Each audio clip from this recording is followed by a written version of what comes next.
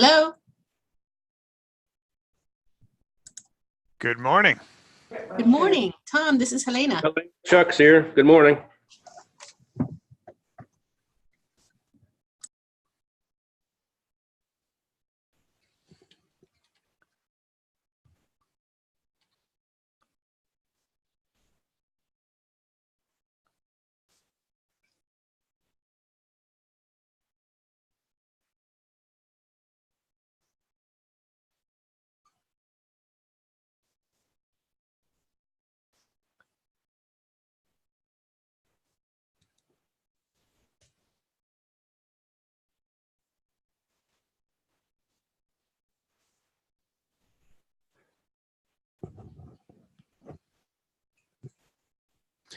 How's everybody doing? Well, thank you. Yeah, thank you. Very well. How are you? Very good. Overwhelmed yet? No, but this is definitely an awful lot to absorb in a short time. I'm very impressed.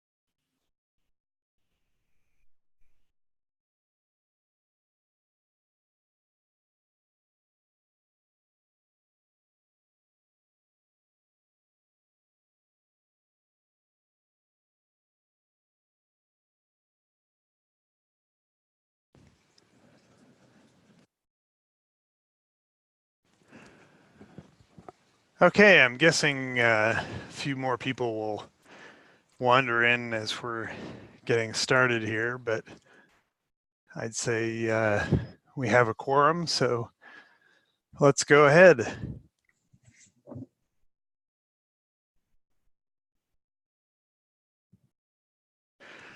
So I'd love to do a quick round of introductions. I think a fair number of us know each other at this point, but I have a few new names and unknowns on the list as well. So I'll just run down kind of a quick roll call and have everybody just introduce themselves and where they're from, what they're doing briefly, and if you want to say something about your interest in integrated modeling, that would be great as well. I should mention at this point that everyone can speak, but the meeting is set up so that you enter muted. So you may need to hit the unmute button before you announce yourself. last time, I think we only had one episode of fatal crosstalk feedback. I may mute everybody momentarily if that happens again, just to lower the noise level. But we welcome everyone's thoughts in the discussion. And I do hope this will be more of a discussion than a presentation. So I will say some things up front, kind of framing the question in terms of what we're trying to achieve with model integration and what some of the design criteria to think about are. But then we'll mostly talk about the structure of what's in the physics box and how it connects to ecosystems and socioeconomic systems and health. So I'm Tom Fitteman. I'm with Ventana Systems. We're a simulation software and consulting company. We're fairly small. I spend a fair amount of my time on climate and energy policy. My dissertation way back when was on economics of climate change. So I'm familiar with a lot of the integration issues, at least conceptually. And we've done a lot of work in other domains, like in the state of California, bringing diverse groups of stakeholders together to talk about energy system and regulation problems in an integrated way, where models are kind of the central artifact that allow people with pretty different views, like, say, Exxon and an environmental defense fund, to come together and have a coherent discussion about a policy problem. So that's where I'm coming from. So here we're tasked with facilitating the development of conceptual designs for integrated models that are connected to stakeholder questions about oil spills. So that's what we're up to. So I'll just run down the list real quick, and if you could just introduce yourself briefly, that would be great. And top of the list is Helena. Hi, can you hear me? Yep. Okay, great. I'm Helena Solo Gabriel. I'm a professor of civil and environmental engineering at the University of Miami. I'm also very involved in the Core 7B initiatives, GoMRI initiatives for synthesis and legacy. Currently funded through GoMRI to evaluate a study that, to evaluate children's behaviors at the beach and to connect that behavior to potential risks from oil spill contaminants at the beach environment. Look forward to the model development this morning. Thank you. Thanks. Ron, I think, is next. Good morning, Tom, and good morning, Helena. I am with Ventana and really look forward to the session. Barbara. Good morning, everyone.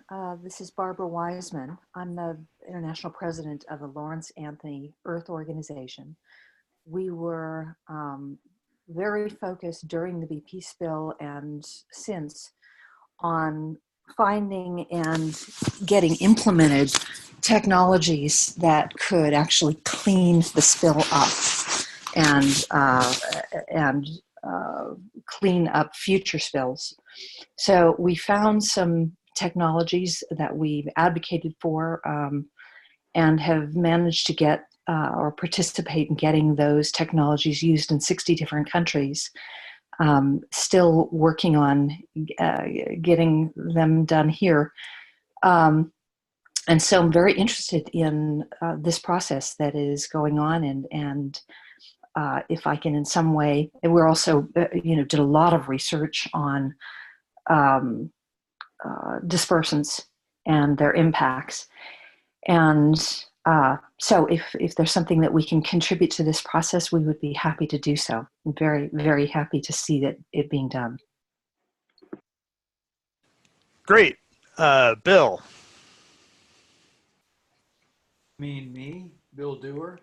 I think so. Yeah, I only have a first name in the list.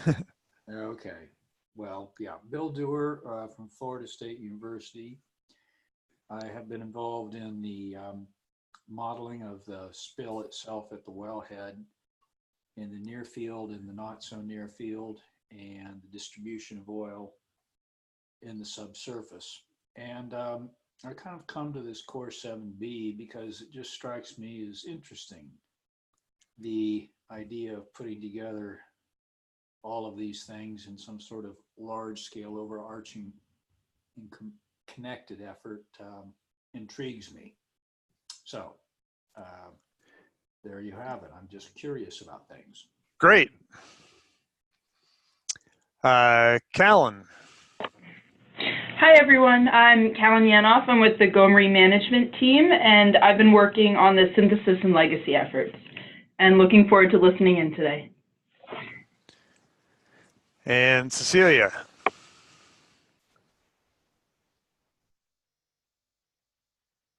You may be on mute.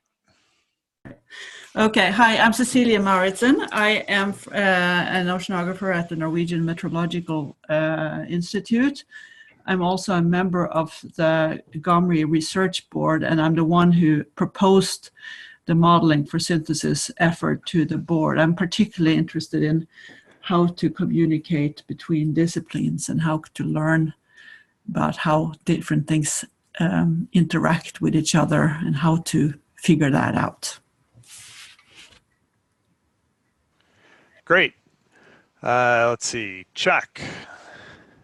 Yeah, good morning, everybody. This is Chuck Wilson, Chief Science Officer for GoMRI. I'm here to listen, and I want to thank everybody on behalf of the board, the rest of the board, for everything you're doing. This has been a great series of discussions. Debbie.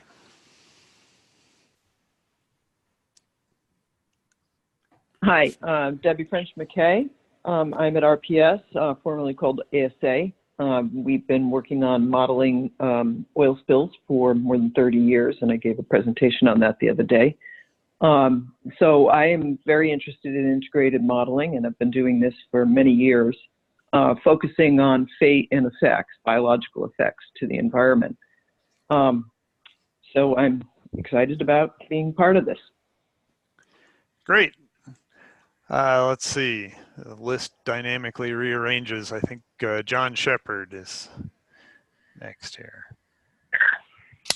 Hi, I'm John Shepard. I'm an oceanographer from the University of Southampton, and I'm a member of the research board and chair of the Synthesis and Legacy Committee, which is trying to orchestrate this whole synthesis process of which this effort is part. Thank you. And let's see, Kendrick.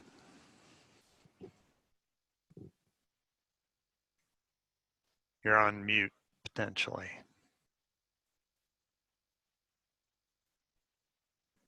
Okay, we have Kendrick Wilson. How about Kevin Shaw? Morning. Yeah, this is Kevin Shaw. I'm the program manager for GoMRI, and just listening in today for the discussion. Okay, Laura Peterson. Couldn't hear that at all. Oh, yeah, you're fairly faint there.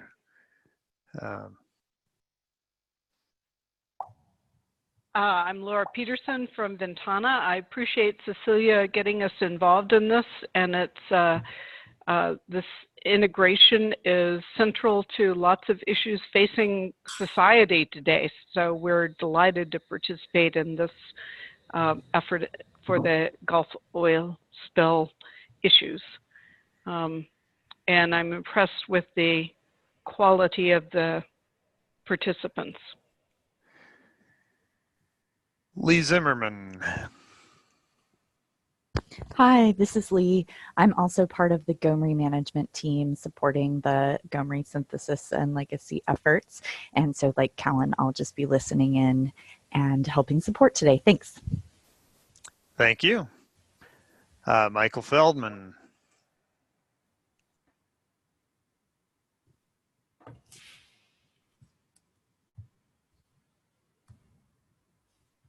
team also trying to keep all this moving along, and happy to listen in today.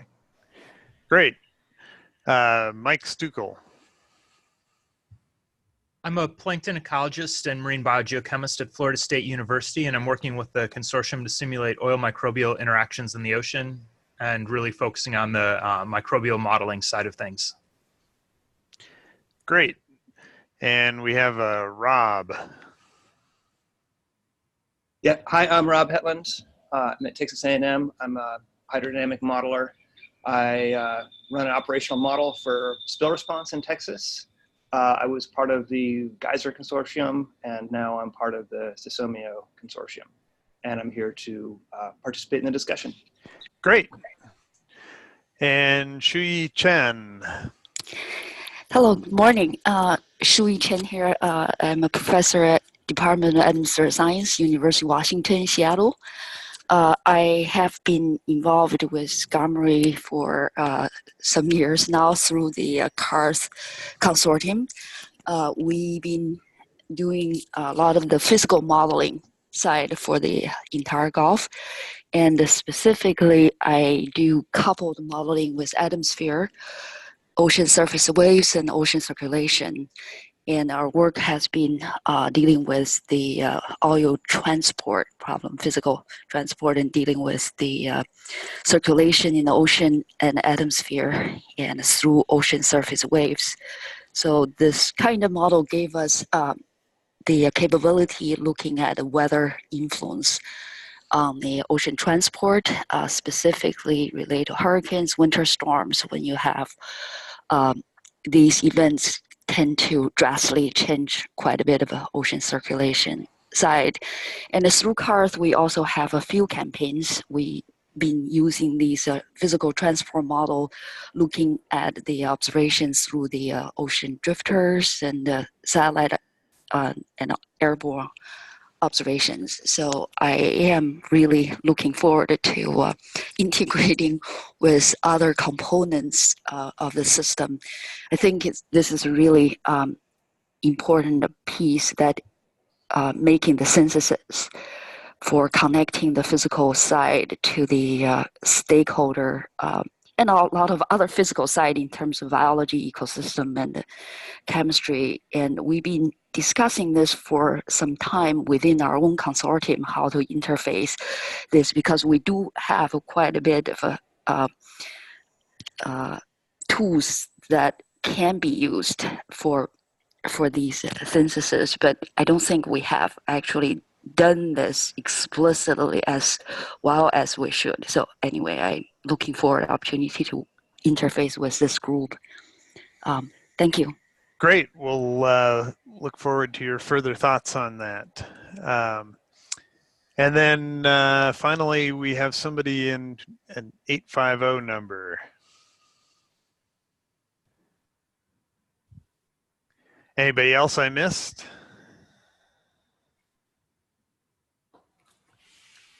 Okay, let's roll then. Oh, is there somebody there?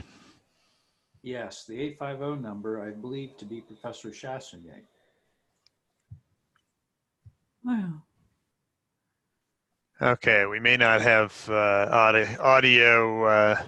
Yeah, he's muted. Yeah. This is Cecilia, because he's at his son's graduation, I believe. So it seems to be the season for that. Yeah. Okay, so this is the framework we've been using very successfully to talk about these things, sort of subdividing things into physics, ecosystems, human health, and socioeconomic systems.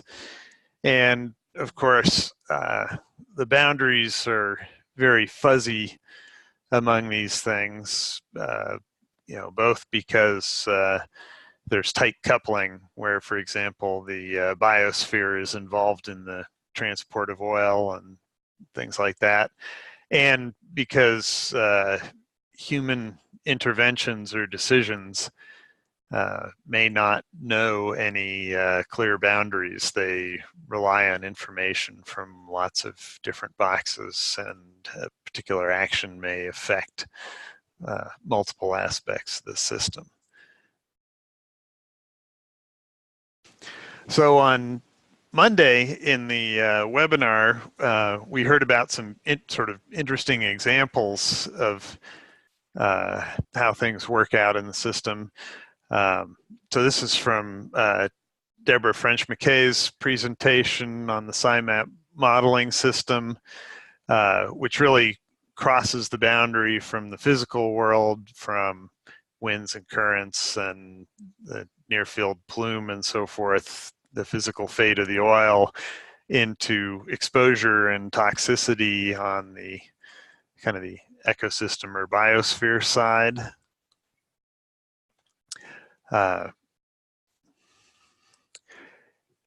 Then we also heard about some detailed circulation modeling of the plume in the near field, and also implications of that work for oil recovery strategies. And it suggests an interesting class of information policies by which you could, if you could take information that say integrated observations and model results and use that to figure out where the gradients are, you could do better in your cleanup efforts, for example.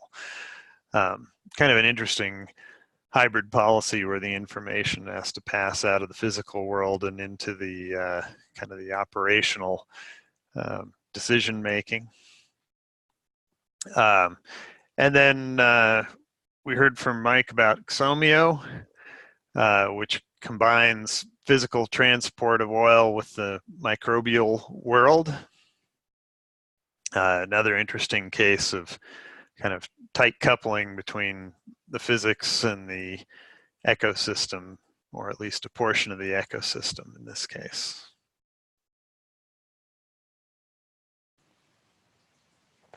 So what I want to think about, actually just backing up a bit, is essentially just continue to elaborate the links among these systems, you know, both tightly coupled aspects between physics and ecosystems, but also what's in the physical world that is potentially of use as you start to couple in the human health and socioeconomic models, where there are a few examples of connectivity, for example, the CSM work from the first couple of webinars, but that not as much has been done to exploit the detailed information coming out of the physics.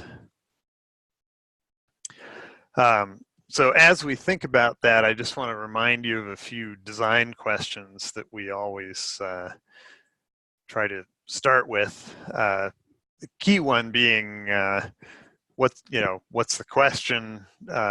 Who's going to be making a decision based on the information that we're co-creating, and what stakeholders are involved in that? How might they use the information available from the models and data to make better decisions? And those questions come with some attributes like what's the time horizon of the decision and what level of detail is required in order to answer the question in a way that is actually useful to the stakeholders. There are also some logistical questions.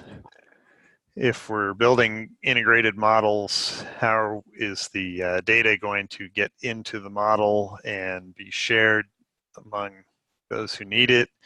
Who's going to run and maintain the models, to the extent that you're talking about sort of a distributed portfolio versus a single model that one group has ownership of? And how do you get the results out to the decision makers and other stakeholders? And how do you manage things like updates, data collection, performance tracking, and really performance tracking gets into the whole idea of how are we going to be a community that learns together about these processes, and how do you guide the overall portfolio of models that are kind of co-evolving.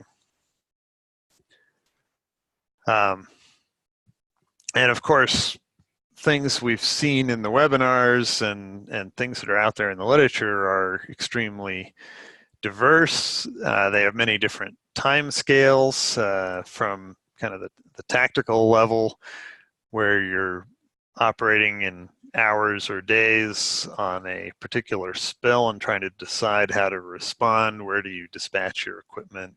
Do you use dispersants? When do you close fisheries? Things like that.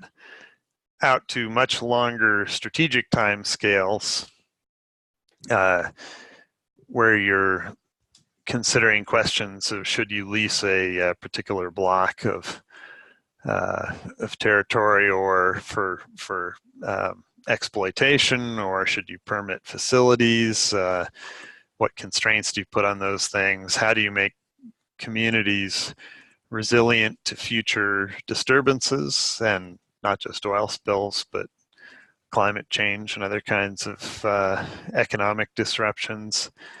How do you allocate recovery efforts or over the long run, and should you be influencing coastal development, things like that? And of course, these are, the way I've written this, it's kind of focused on different time scales, but these things also imply different spatial scales, maybe even within a particular question. So coastal development is something that's of interest on very fine spatial scales, but also in the aggregate as it influences the whole Gulf and so on. And as one of the speakers in the socioeconomic systems webinar pointed out, there are also there are other scales involved as well, scales of institutions and jurisdictions, from local to state and kind of electoral to constitutional processes and things like that. And those are all attributes of the problem space that we want to be aware of as we kind of design the models and the information that we're going to be giving to people, so that it can have maximum impact on improving the world. There are also sort of the multitude of possible questions and strategies for answering them suggest that there are also multiple technical approaches. You can construct a portfolio of models, and of course we already have a portfolio of models by default, just by virtue of the diversity of efforts out there. But a lot could be done to exploit the portfolio further by creating some kind of roadmap or portal that guides decision makers to the kinds of models that they need, or maybe to the kinds of modelers that they need to get particular questions answered. Kind of the next evolution in complexity is to link the models in the portfolio either through a data flow or an API, depending on whether you need feedback between the models, for example, to get kind of loose or tight federations of models that operate together with some thought to the particular integration issues of, matching scale across the boundaries and so forth.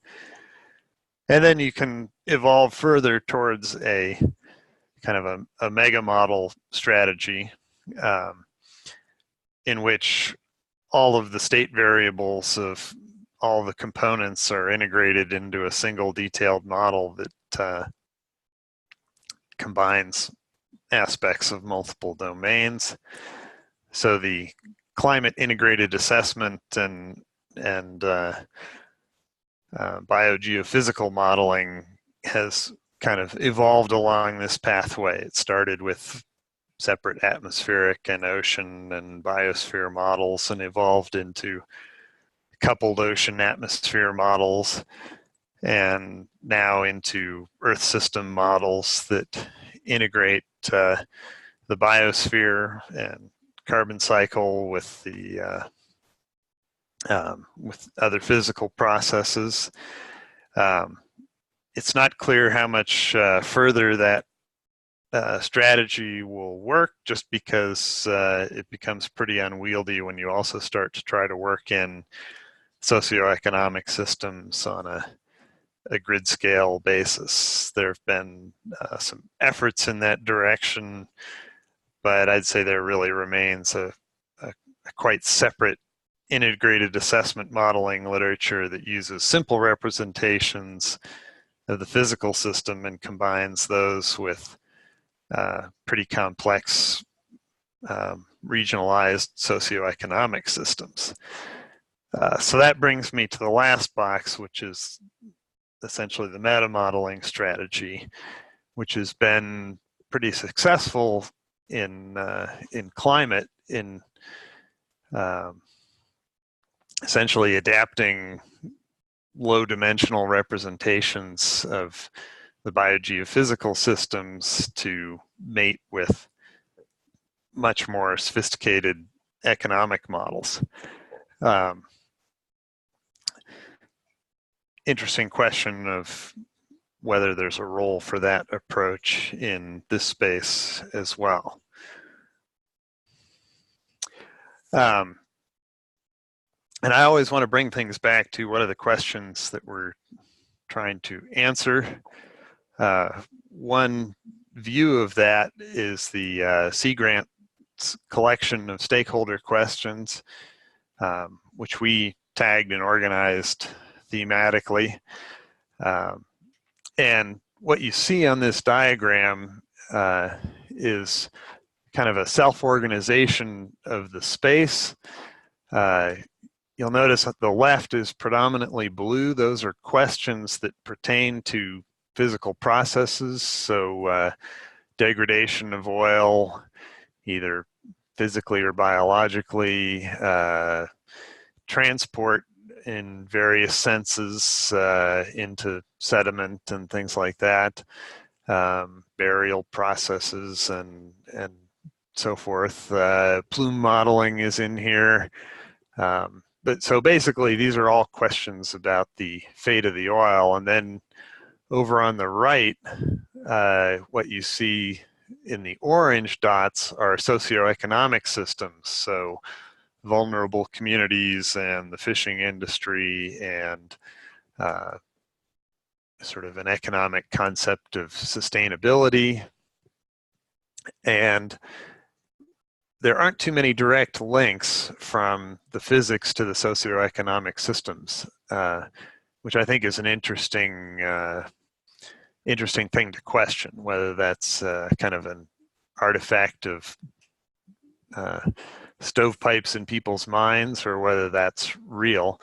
So all the links from the physics to the socioeconomic systems are mediated by health, which is in green at the bottom here, or by ecosystems, which is the yellow at the top.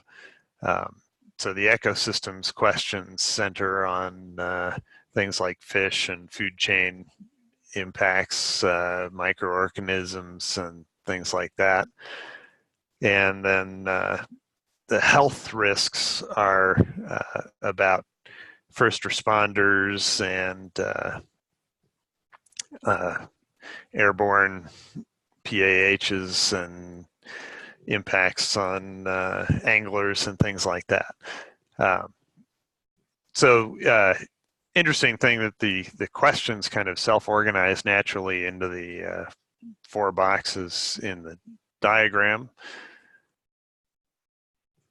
So what I'd like to do is kind of walk through this system and talk about what's in the physics box, just so we have an inventory of what's in, what's out, and then talk about the linkages to health and socioeconomics and ecosystems.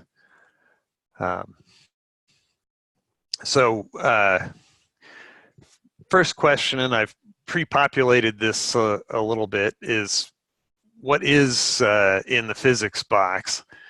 And I'll ask you separately in a moment about what the models are that are out there. But I guess I'm primarily interested in the two columns at the right here. What are the kind of the internal states or concepts that are important in this box, and what are the outputs which might be consumed by models in the other domains?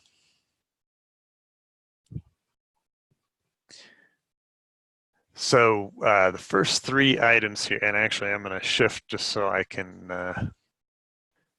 write on this. First three items here are essentially straight off the diagram, and then of course the state of oil and its constituents is obviously a central focus. What other things are in the domain that aren't mentioned here?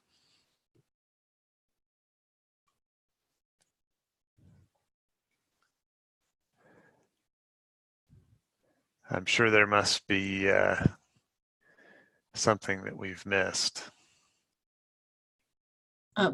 Just looking at this off the top, and I think the modelers can explain this better as far as whether or not it's an input or an internal state. But circulation would include currents and perhaps waves would be a component that needs to be somewhere on this table. Right. And I think that maps to flavors of models as well. It sounds like they're both kind of large scale or, well, models at different scales, either focused on a particular coastal domain or on the Gulf as a whole, and maybe things in between as well. Well, circulation there, I assume you're assuming something moves, so that winds as well, right? So current, waves, and yes, the winds. But at the same time, so from this physical modeling side, that circulation means a lot more than just something moves. For instance, temperature, humidity, and a lot of these are ultimately part of this weather and climate system that influences how we actually feel the physical system. So I'm not really sure how you really thinking circulation. Well, I have to say I struggled a bit to capture this, just because I know that the domain is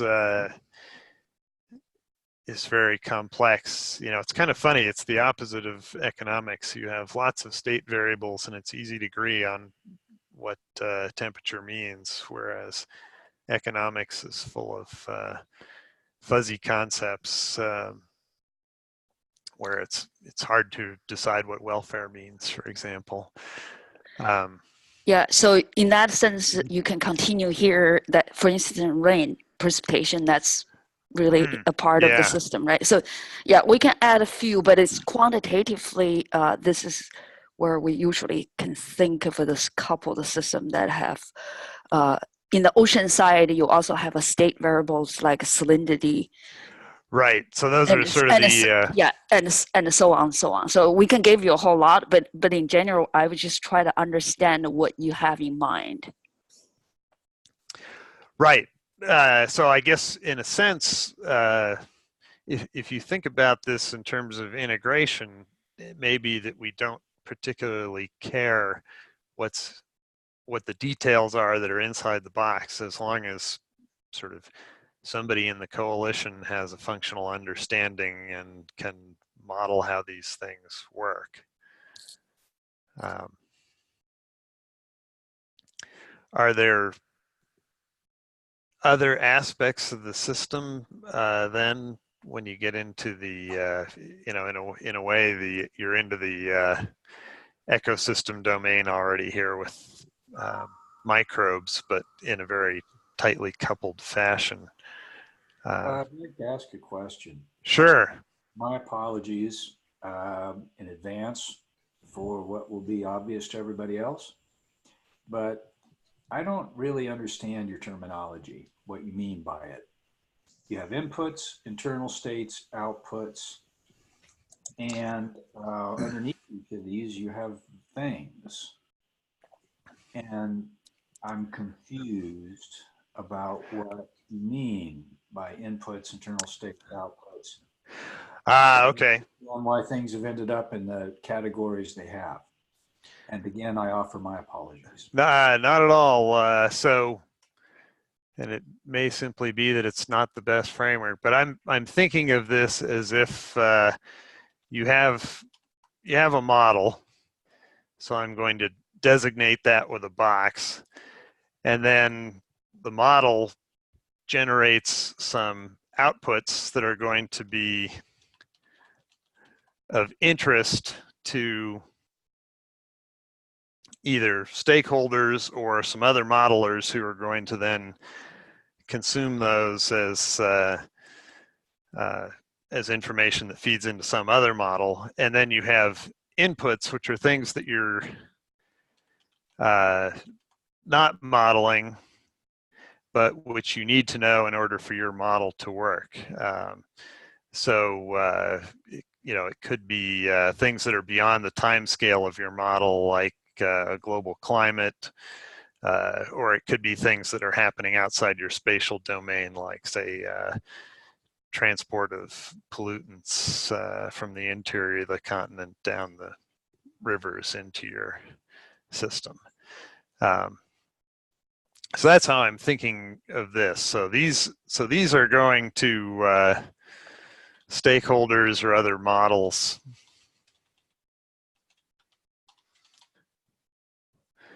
And these are parameters, data, more loosely maybe assumptions or scenarios, things that are outside the scope of the current model. Does that help?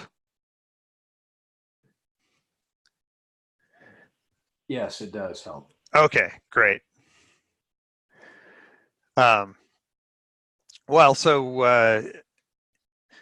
Maybe we should just pursue this line of thinking in a different way.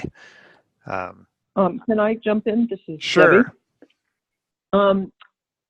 I'm seeing, most people do not, there's integration, of course, but the circulation models, currents, waves, and atmospheric models are typically separate from the oil fate models and transport and fate models. And then the way we do it is we have the exposure model for the organisms as a separate module as well.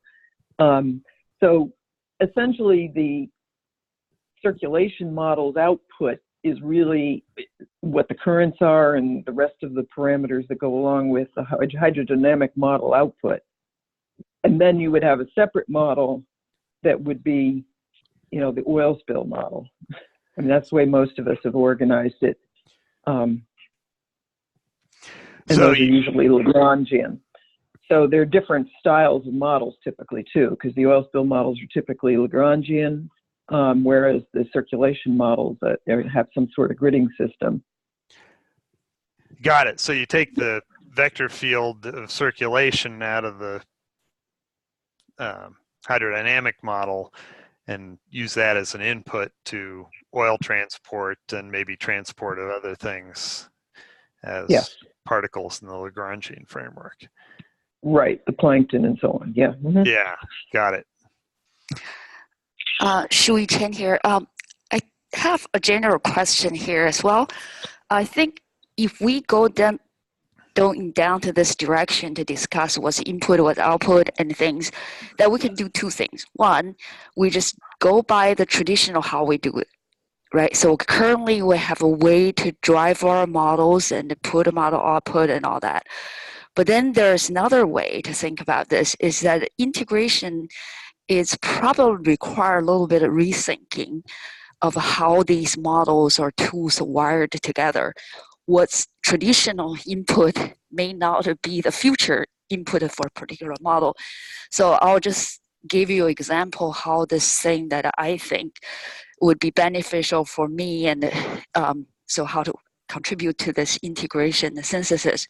So the circulation model that we have in terms of atmosphere, ocean, surface waves, coupled together, we start with input that is observed current state, which like today, that we'll have atmosphere, ocean surface, and ocean circulation state that we observe. We take those information and start making a prediction. So we run that model forward, making forecasts, for instance. And then those model output, which can be extremely complex, and the variables being used by, say, output to the stakeholder, next level, maybe ecosystem, maybe oil spill model, is very small fraction of what we produce. So far, that has not really presented clearly what's available and what's needed. So on the other side, you probably don't think that these circulation models need variables like the oil spill or like the plumes, but in fact, we can use the current state of, say, fire. So we had a particular platform was burned. We have heat and material injected into the system, the physical system. So in the past, we have started experimenting that, taking the current plume, smoke, and things into the physical model that actually influence our circulation in the smaller scale. So now you're looking at the input is very different than the traditional input we get. But the state-of-art model now can take a lot more stuff in.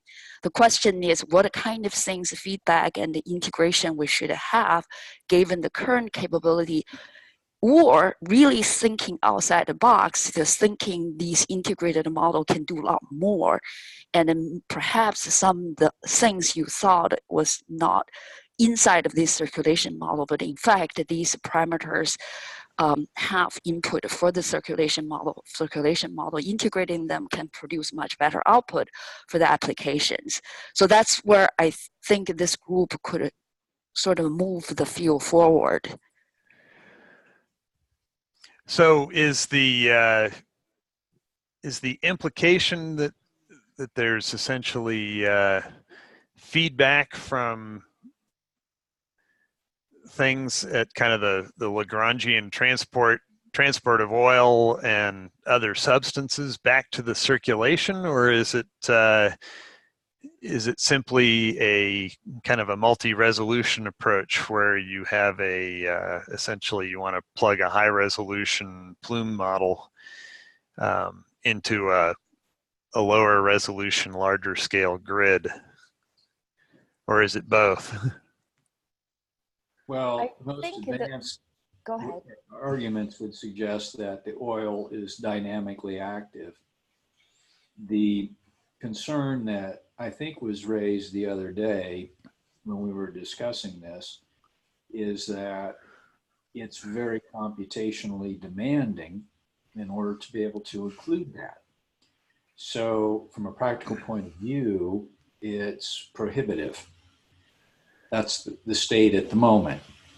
Now, so practically speaking, it's sort of not feasible, but in a literal sense, the oil cannot be decoupled from the circulation.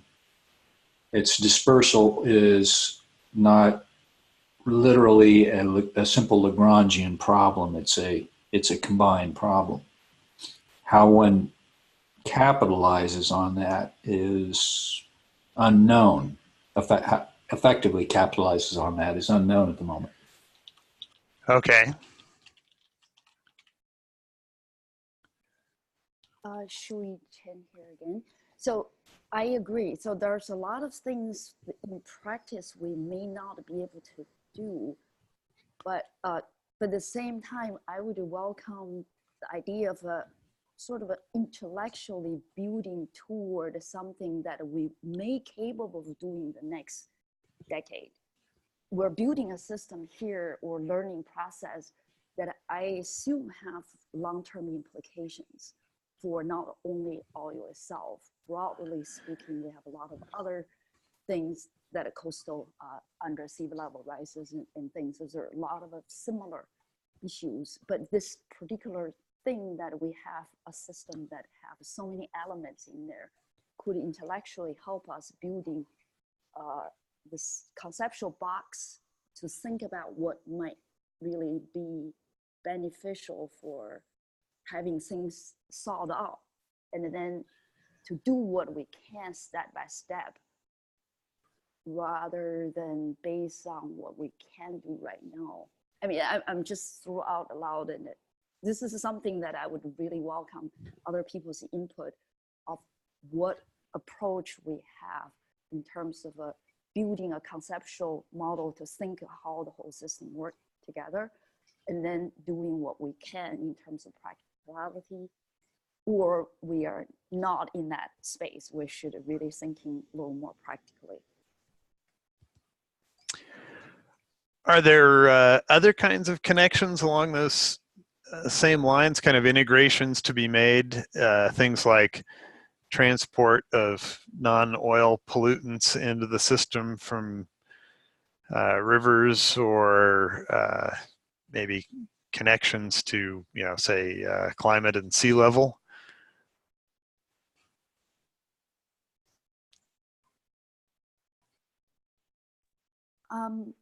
Well, example is the sometime the oil platform got on fire, and we sort of dealt with a few events like that, and that the physical model definitely are affected by the smoke and also the heat out of that surrounding circulation for days, that you actually have the circulation modified by some of these pollutants stuff inside. This is in the Gulf. That circulation model nowadays are capable of dealing with that, even though computationally even feasible, because we were doing real-time circulation model and include some of the plumes that happened during that time. So those are just examples. I'm pretty sure there are other examples that other people might have. So anyway, thank you. Okay. This is Debbie. Yeah. I agree with everything that everyone said so far, but I guess I want to just throw this in. It really depends on the question and the time you have to answer the question, and the practical logistics of what can we do today versus what we might do 10 years from now, and so on. But the reality is that there's only so much that can be done in real time. So if you're trying to inform response for decision making, like do we use dispersants or not, and you're doing it during the spill, you're going to have to do it in a way that is, you know, possible today with the tools you have. And that might be different than a research project, which is trying to inform planning for response. And, you know, so that's one thing I think we need to keep considering, because we can keep adding lots of detail here. My other point is, you know, I think the physics, and I think of physics as the circulation and the winds and the waves and so on, but that part of it is a very important driver to the rest of it. So it deserves more attention, and also we need to refine it more, and then we can get into that. But then the other parts of the system, we have a lot of unknowns. So if you start getting to the biology, just knowing what the distribution of the organisms are and their behavior, and modeling that, modeling toxicity, there's a lot of uncertainty in that. And at some level, if you refine the details on the front end, you lose it in the uncertainty and in these other considerations. So again, it depends on exactly what you're trying to answer. If you're trying to figure out exactly where's that oil going to go so I can send my responders out and find it, that's one problem. But if you're trying to do an NRDA where you're trying to calculate and estimate, you know, what the impact is to fish larvae, let's say, just to make this a little simpler, let alone the ecosystem, now you've got many uncertainties. So you might have to compensate a little bit on the front end in order to get it all done. Anyway, I'm being very practical, having done this for more than 3 decades, but that's kind of what it comes down to. So that, well, that suggests a bunch of interesting issues, and I'm glad you brought us back to the question. And this question of uncertainty smearing out the detail, at least as it is seen from different timescales or different boxes in the system, I think is important. Shuyi, you mentioned earlier that the outputs that actually get used are a very small subset of the states or the outputs that the models actually generate. Does that imply that there's a kind of a big opportunity for making more model output available to, say, the socioeconomic system modelers, or are they not using these things because, say, the temperature at some grid cell deep in the middle of the Gulf is not so relevant? Yeah, that's an interesting question. We been trying to think of this for along that same direction. Is that really can people barely like me hear her. Can you hear me? That's better. Okay, so the people generating the circulation model may not know what's needed, right? So this is where we're missing some of this link. For instance, the physical system can produce information, not only these variables, we can also run ensemble to give you quantitative uncertainty estimation. So for instance, if I'm forecasting a particular site, that you are going to make a decision to say, what kind of transport are you going to impact this particular coastal region on what time.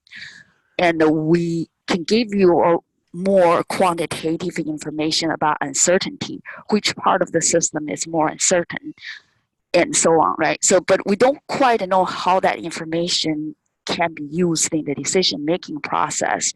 So we, so far, may not provide the right information, and so on. So I think this sort of both side of the learning curve is that decision-making process use information.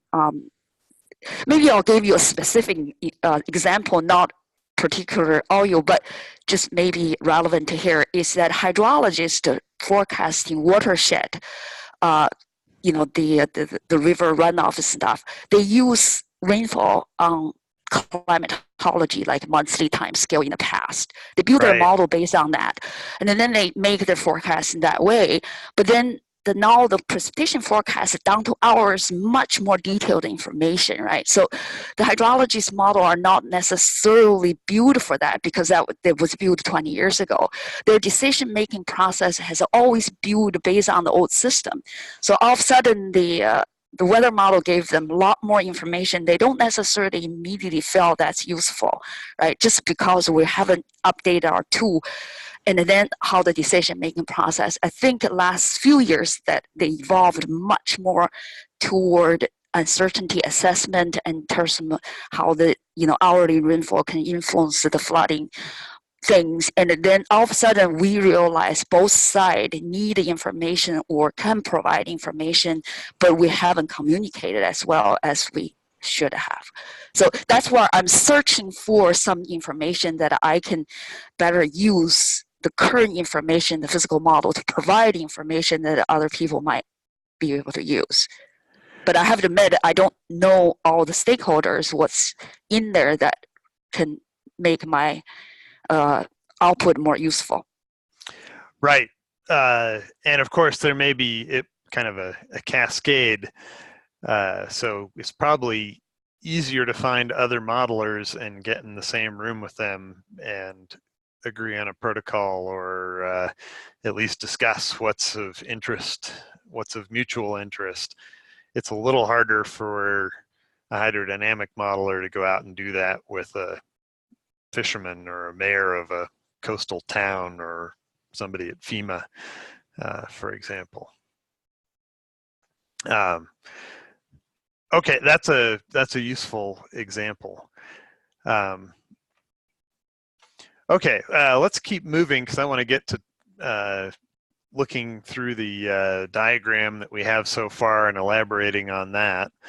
I just wanted to do a quick check on kind of the universe of models that are out there. These are some that we've heard about that touch on the physics domain in the webinars. Just a couple of examples. Are there kind of other important or prevalent tools that we should mention that cover parts of the space that maybe these don't? Just a quick correction, oil map, the plume dynamics one, that's oil map deep. And you could add TAMIC there. Oil map, is it dash deep? Deep, yeah, because just to explain, what we call SciMap is our far-field model, but we use oil map. Oil map is kind of a simplified SciMap. It literally is designed for responders that doesn't make it too complicated for them to run it. So we reduce our inputs. So you could put SciMap/oil map in the next one, but oil map deep is actually a plume model. It's a simple plume model, and there are quite a few others that are more complex. So if you want on the plume dynamics, just, list TAMIC there, TAMOC, Sokolowski, and Oscar, which is the Syntef model. And then Bufidel's got a model. And sorry, go ahead. Bufidel et al. So you could just put, they have a couple different models that TAMOC. No, TAMIC is Texas A&M. That's Sokolowski. Bufadel, B-O-U-F-A-D-E-L. Sorry, B-O-U. F-A-D-E-L. Okay. Yep. And the CDOG model from Clarkson, another one. Is that another plume model? Yes. Is that a? It's spelled with a C. Ah. Yeah. There are several models that do each of these things. You've listed one ocean circulation model, HICOM. Yeah. There are several who all do ocean circulation. So, you could just say HICOM, etc., right? And do the same thing for plume dynamics. Sure. And rather than list them all, it may not be that useful. Are there other classes of models or types of models that are represented? We actually have a fully coupled model that is atmosphere ocean surface waves. That's the circulation model that represent much more than just ocean circulation without coupling. Does that have a name? Well, the one that I'm using, and it's called UWIN, UWIN-CM. Yeah, so that's the coupled model that including all the atmosphere, ocean, which is HICOM, and the surface wave. This particular model has example of how the physical model are connected in the past.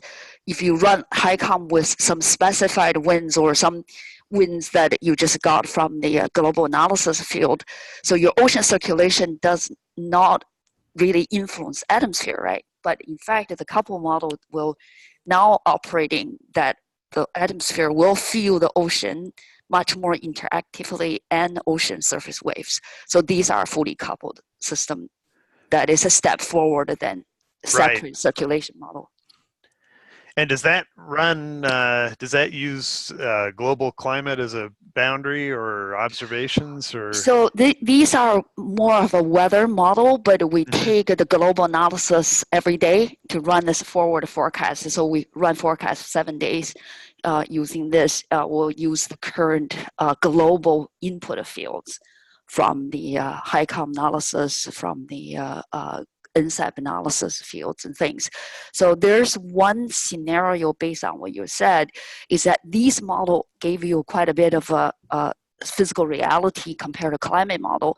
So what we're currently doing in the coastal region is we take future climate model projections and then run these high resolution couple model downscaling to the regional circulation, say, projected 50 years from now. You can do that kind of work.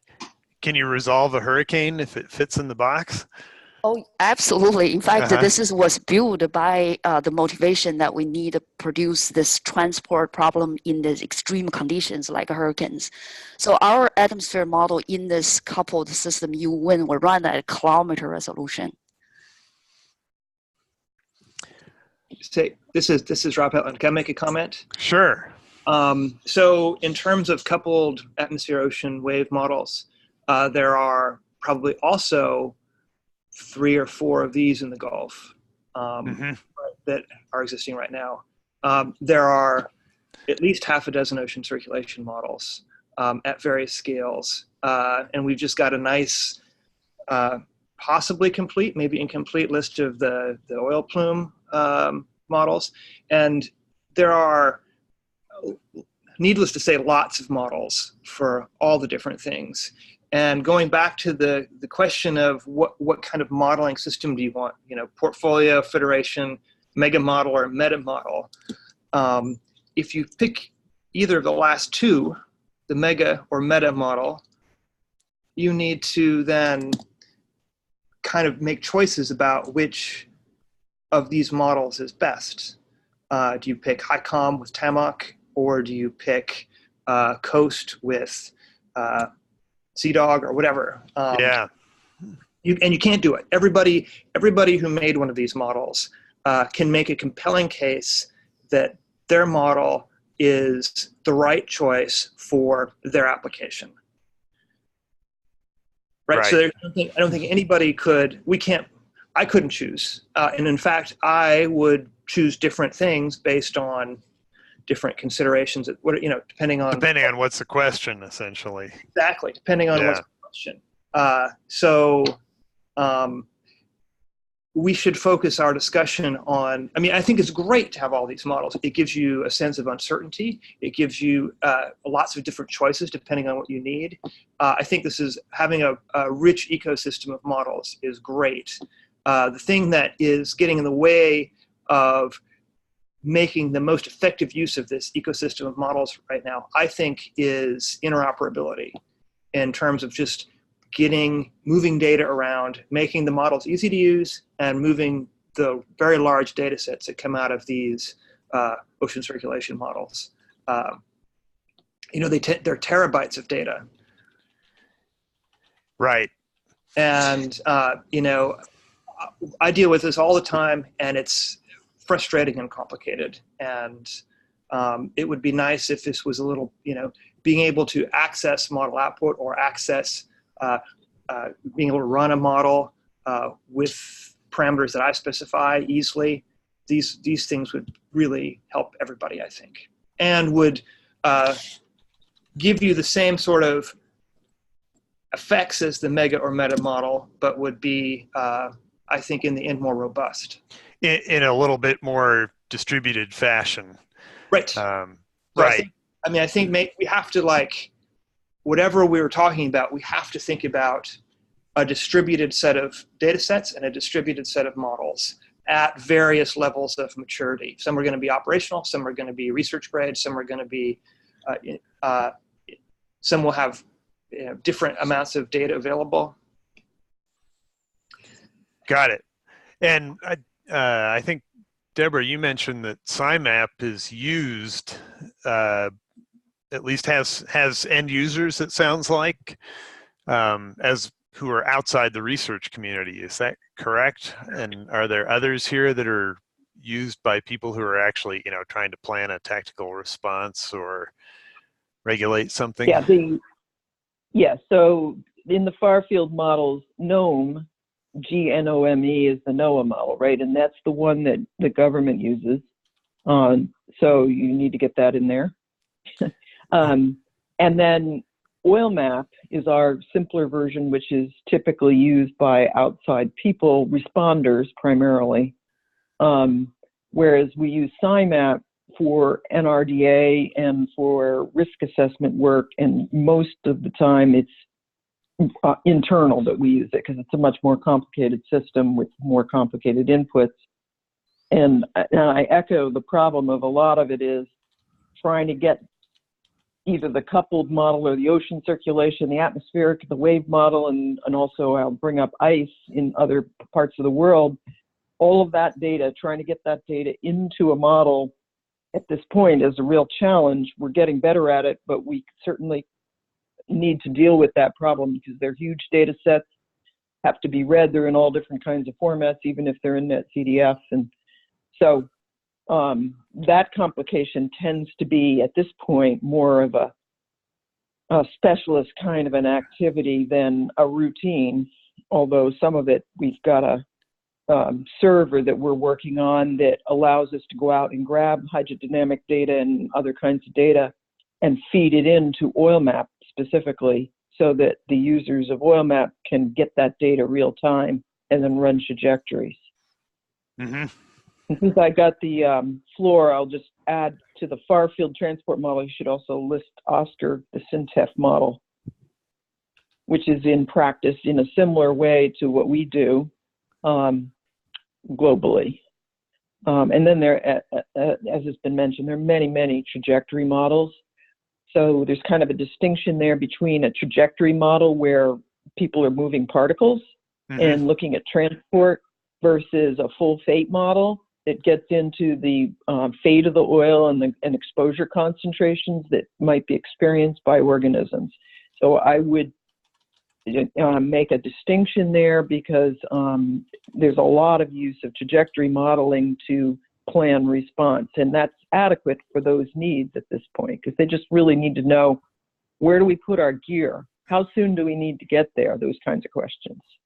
And that depends on the hydrodynamics and the rest of the physical models. So they need kind of good quality inputs, but they're not so interested in the feedback from biodegradation and things like that. They're basically just trying to figure out where the oil is next week to locate equipment. Exactly, or 2 days from now, yes. Yeah. Yeah, and they're not so interested in concentrations that might be experienced by biota. They're really focused on the, where do we go to clean it up?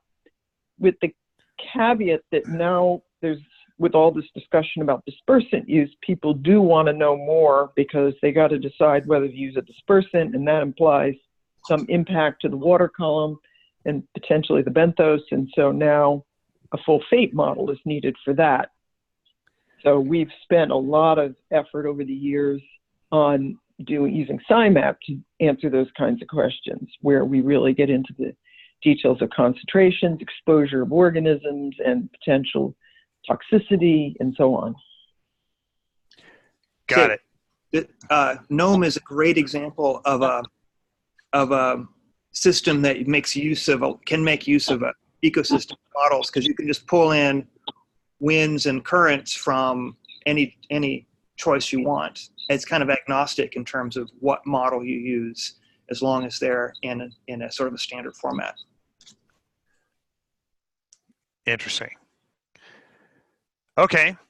Well, that's where a lot of these models are for, that in fact makes it easier having them separate, because, for SciMap, for GNOME, for OSCAR, and some of these others as well, I don't know specifics on those, but we can read data from different sources. We read NetCDFs, and so we can take advantage of whatever the latest is from these various models. And that's a practical thing, because everything's evolving so quickly, and trying to get it all coupled and lined up is a lot of work and difficult, but we want some flexibility. So I've run Deepwater Horizon using 8 different hydrodynamics, not just one. And we would want to do that. So Shui here, I have a question then in that case. So you have these sort of a decision-making model for different levels and so on.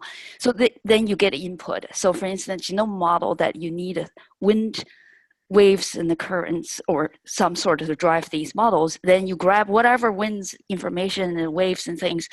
So that by itself is an interesting application because in the past or still current in practice, and these models are not coupled, meaning that you get a particular wind over that part that has nothing to do with the wave you just inputted from different model, and has nothing to do with the currents that that three variables are not coupled.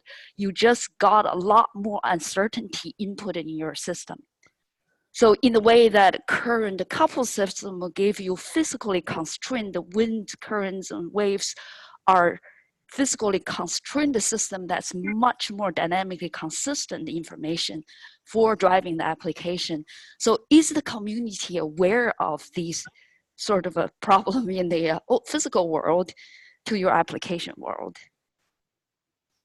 In short, yes, those who have experience with this, yes. Like we will, for example, if we use a HICOM, we'll use the winds that drove that. And yes, having them coupled in the sense you talked about earlier where there's feedback, that's even better, obviously. And that came up a lot when we did some work in the Arctic where you've got coupled ice and hydrodynamic models. That's really key to do that. So I definitely support the idea of moving in that direction. And it is important because that variability is it drives the trajectory. So we really need to pay attention to it. But certainly NOAA, who runs NOAA and is responsible to advise the Coast Guard on all these spills that occur, they're very aware of that problem. We are, the Oscar Syntep people are, and I'm assuming others who have had some experience with this are as well. I was going to ask this a little later, but I think now is a good time while we're thinking about these things. Are there processes in place to facilitate these kinds of conversations and to create the big server infrastructure needed to move terabytes of data around, or have those things not really happened yet? Is there anything that we need to create to support evolution here? I think the standard, right now the standard protocol for doing that is threads made by Unidata. And it's kind of buggy. I mean, it works, but I wish it worked better. Is that a all caps acronym? I think it has two Ds, THRE without an A. At some, I can't remember what the acronym stands. Yeah, okay. I'll Google it. And I think some people are starting to use Amazon Web Services, but they have particular data sets that data storage protocols that they use there. That might be the next thing. Might be great to invest in that kind of thing in the future. But it sounds like there's no sort of formal organization that is taking the lead on this. I'm thinking of CMIP and PMIP and other kinds of sort of formal model intercomparison projects in the climate space. Rich Signell has done a lot of work in terms of developing standards, creating standards for NetCDF, like the climate, the CF conventions. So the climate forecast conventions for NetCDF, which have standard names for variables, which would mean that this is important because, you want temperature in the model. Well, which variable is temperature? It might be T, it might be temp, it might be temperature. But if you have standard names, then you can just write a program to look for that standard name, and then you're getting temperature. Right. Yeah. And certainly that's part of, say, CMIP, is they have a standard output field. temperature at 2 meters and with a specified grid and so on. So what was Rich's name? Signel. C-Y? S-I-G-N-E-L-L. Okay. He's at the USGS. Are there other things that should happen here? You know, a conference or something that brings modelers together, or a portal, or? Rich has already done a lot of this stuff. Mm-hmm.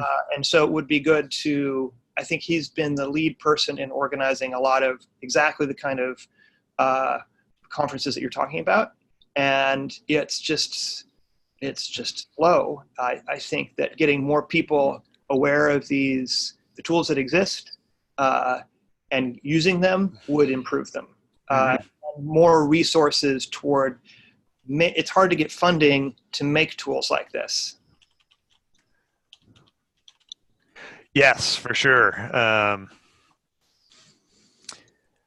And has the work that Rich has done primarily kind of within the physics ecosystem box, or does it, you know, do the health and socioeconomic modelers even know about it?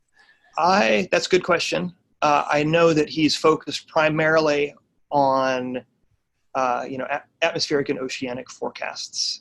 But the idea, it would be to make it transparently available to everybody who would want that kind of information. Yeah, I mean, if somebody sort of understands how to do this, how to build the infrastructure, then expanding the scope of that might be easier than creating a new and separate process. So maybe this just needs to be scaled up and advertised. Or just maybe 3 more programmers need to be put on the project to get the bugs out so that it works smoother. I mean, it could be something like that simple. And of course, there's a positive feedback there, which is if nobody uses it, you don't find the bugs. And if you don't find the bugs, nobody's going to use it. Exactly. Great. Somebody else have a comment there? Yeah, Shui here.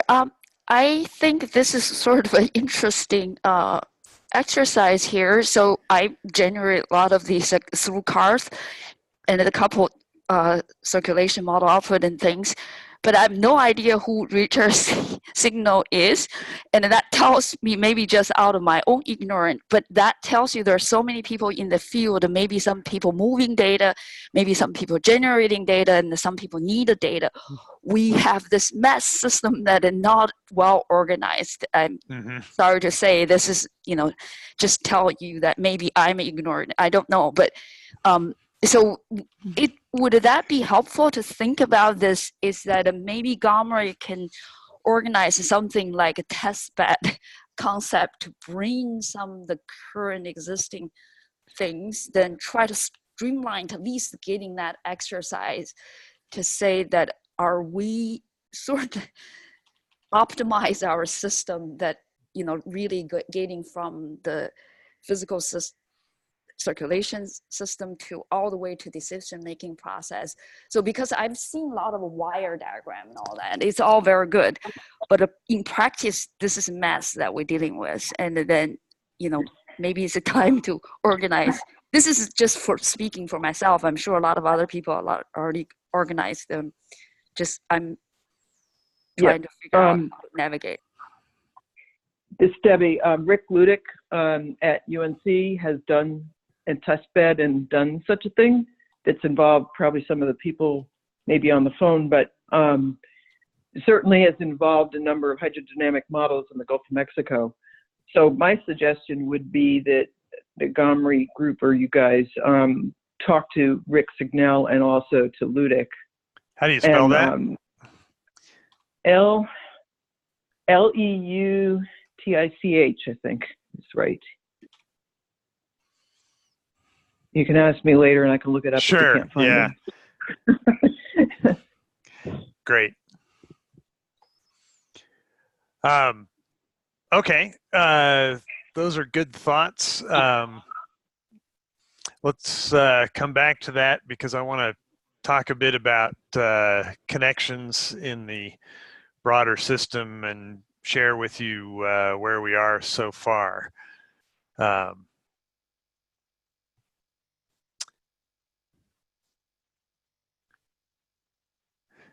me just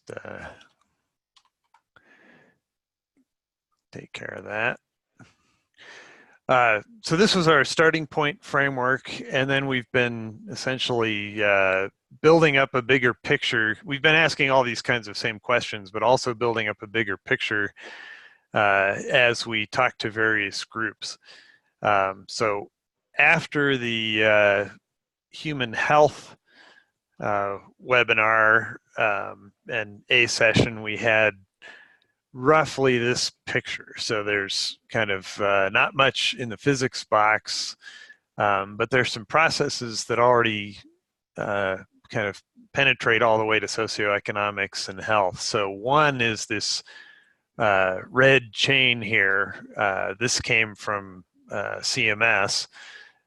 So you have oil, you run it through the transport model, find out where it is. It winds up in fish or in places where fish are. That information gets used to make decisions about safety and closure of fisheries, which influences seafood harvest, which influences the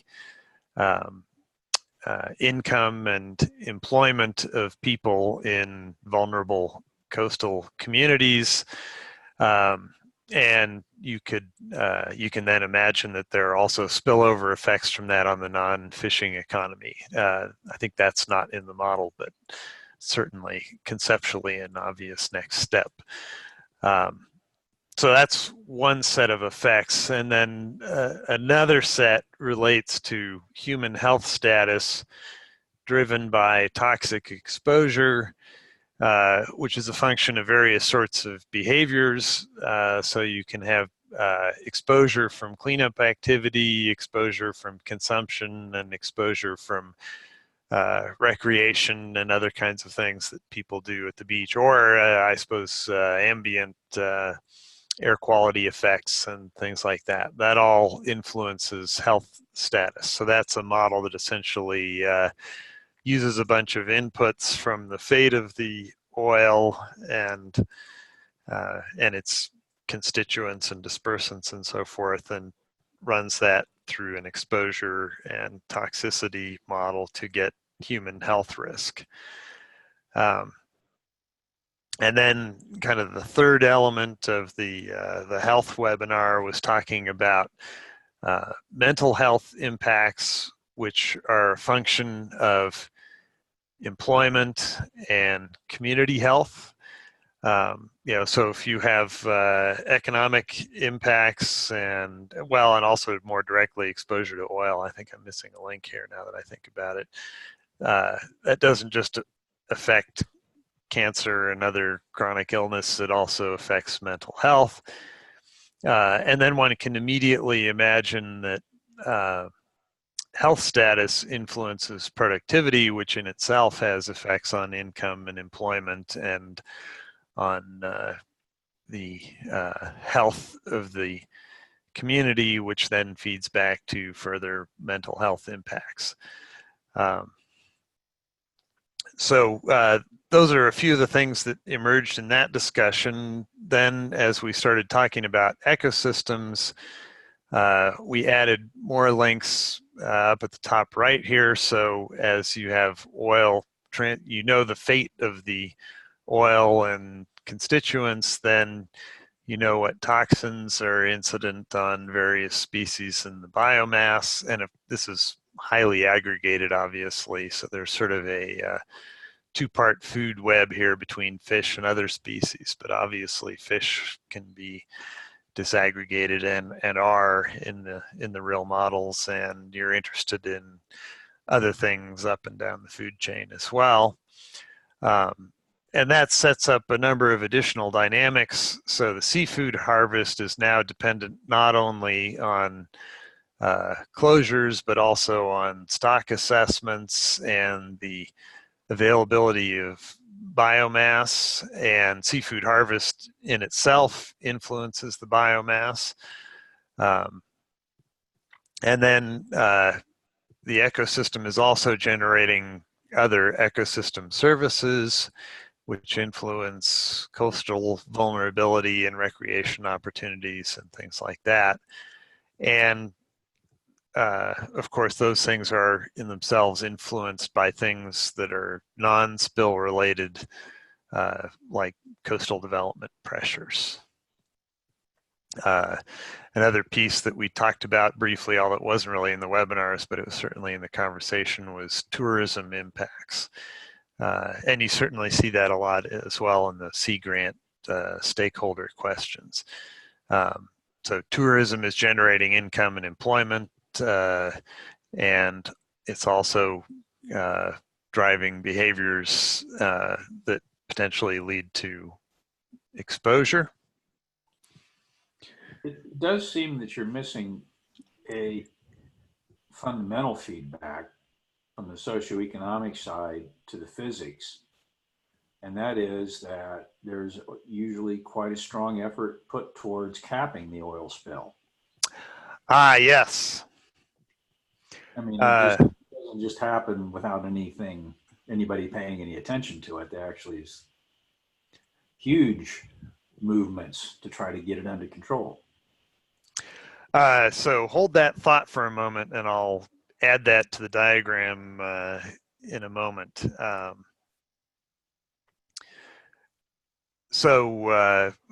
I'll take one more step here, which is things that came out in the socioeconomics discussion. Some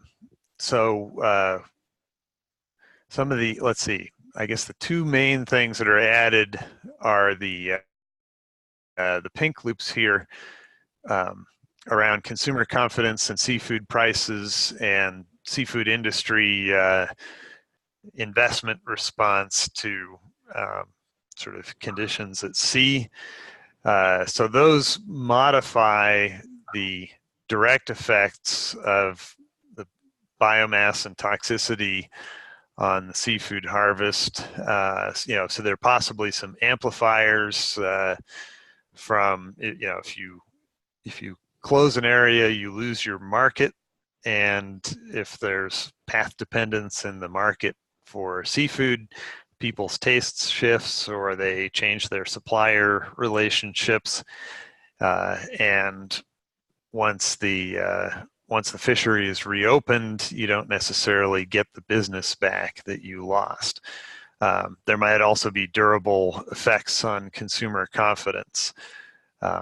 And it was pointed out that in green here that information availability has a lot to do with how these things function as well. Consumer confidence doesn't necessarily respect real risks, it respects perceived risks, which might amplify or modify the effects. Information was also pointed out as a key policy that or a key state that both affects consumer confidence and it might affect behaviors that lead to toxic exposure, and it's an intrinsic component of welfare. So we also added this concept of welfare, which is a function of things that are on the books, the fishing and non-fishing economy, other ecosystem services that provide safety or recreation or beauty or existence value, so willingness to pay for the existence of a species absent any direct economic use of that species, things like that. So those were some things that we added in the socioeconomics conversation, and probably the diagram starting to get a little unwieldy, so down the road I'm going to split this up a little bit more into multiple views, but for our purposes I've just done a little bit of that, so let me Can I jump in? Yeah, please. So I find this diagram is really interesting and helpful. So I just wonder, when you build this, can you sort of thinking through the time scale that this whole system works, right? So there are some things are really very short time scale. When you have a spill that you instantly get response, emergency response and all that, there's part of that system in here. And then at the same time, there's a long-term implication for coastal regions and how that toxins work in time scales that beyond the season or next season, how that whole loop that works in terms of having a little more specific information on the time scale when you build in this would help the communication. Because of the physical system dealing with a few days versus, whole several months, it's a different system. Yeah, and actually that might be a good way to segment this is by the have a fast picture and a slow picture. Certainly cleanup and restoration are not on the time scale as, say, coastal development. And even, well, some aspects of health status are pretty fast and others are not. So cancer is slow and mental health is probably pretty fast. So that's a great way to think about it. Somebody else had a comment, I think. Yeah, this is Debbie. I don't see wildlife here, like birds, mammals, sea turtles, yeah. protected species, all of that. And maybe is that other species? Yeah, they're kind of all aggregated, which is obviously unappealing to put the plankton in with the terns and so forth. Because a big driver of response is considering these highly vulnerable species. Most of the oil is floating. So, the oiling of the wildlife is a big deal. And then people care about it. So it does fit in with the ecosystem services piece. Right. So I'm just going to modify this on the fly. So wildlife is big here, and in particular, oiled wildlife is a big concern that is going to be a driver for cleanup and restoration effort.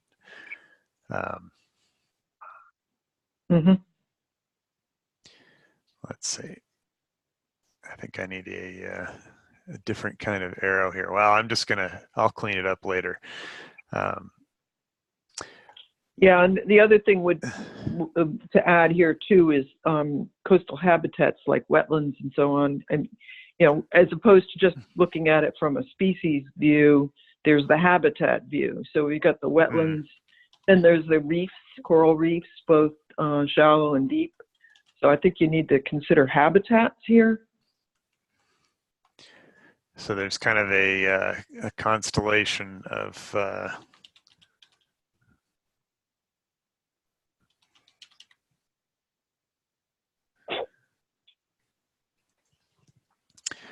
so partly these things are actually ways of chunking out what the other ecosystem services are, and then they're partly, the reefs are in a sense a form of biomass, but which also influences the potential for other species by creating a habitat. Yeah, so there's kind of a tightly coupled set of things that appear here if you unpack this concept of other species biomass. Tom? Yeah, the whole ecosystem. Yep. This is Barbara Wiseman. I'd like to just jump in here for a second. As far as inputs, I think there's a fundamental issue here that deserves some more attention regarding regulatory policies, both EPA and Coast Guard, that set the stage for whether or not the spill will actually be able to be cleaned up efficiently. Despite there being other far less toxic and more effective cleanup methods, dispersants, which have become an antiquated method, continue to be the default method that have been the only cleanup method used since the Exxon Valdez when the decision is made during a spill to apply some sort of external chemical or product to a spill. With dispersants, that decision has to be made within 24 hours of a spill, because after about 72 hours, dispersants no longer do what is required by them by the EPA, which is to sink the oil beneath the surface within 30 minutes of application. So, excuse me, there's no time to research other choices when a spill happens. These decisions have to be made prior to spills actually happening and be part of the regulatory process that just automatically kicks in when a spill happens. So in a sense, there's a concept of response capacity that has to be in place, or maybe it's kind of a combination of capacity to respond, but in a particular way. And so if you have a barge full of dispersants, that's what you use. And if you have some other systems, then you have other options, but you have to have the plan in place beforehand. That's right. And it is, when a spill happens, the responsibility of the responsible party to request or propose to the EPA and Coast Guard the cleanup method they want to use, and then that gets approved. So there do exist new and proven methods for spill cleanup that are already EPA approved, that don't sink and spread the oil throughout the water column, but that lower the toxicity of the spill upon application, and that then speed up the biodegradation of the spill. One that we're aware of is quite cutting edge. So, but getting these regulatory issues sorted out beforehand to open the doors for the use of more effective and less destructive products than dispersants is an important step that add choices to the cleanup inputs, and would, if used, would significantly mitigate many of the harmful impacts on that are demonstrated on the rest of this chart. Got it. And do the physical models kind of inform some of these choices? Does EPA, are the loops closed so that the kind of the best modeling is getting into EPA or whoever it is that NOAA makes these decisions, or is there more that should happen on that front? This is Debbie. There's a whole planning process, the area contingency plans, and it's a huge discussion, but NOAA participates, EPA, Coast Guard, and so on, and this is well developed. So I would suggest you just look into that. But that's their job, is to figure all this out. And NOAA's job is to support that with their GNOME modeling. And so they are funded to continue to develop GNOME for that purpose. The responsible parties typically use other models, like, and so it gets very involved. But so all of this is true, but it's already, there's a whole process for this under OPA that is going on all the time. So I don't personally see that as a focus of research per se. That's planning, and So I would encourage Barbara to go to those planning sessions. You can go to the regional meetings and so on and talk about this stuff. Yes, we've done some of that. So yeah. That's an interesting question. So then do the responsible parties look at the modeling much, or do they, or at least the potentially responsible parties? All the time. A huge amount of effort goes into this. They have to have their plans in place for all these different operations, and they use modeling. In fact, it's required to have trajectory modeling. So they're running models, hiring us to run models, hiring other people to run models. It's in environmental impact statements for developments. Yes. So in short, they know about them and they are using them as well as the government. There's an interesting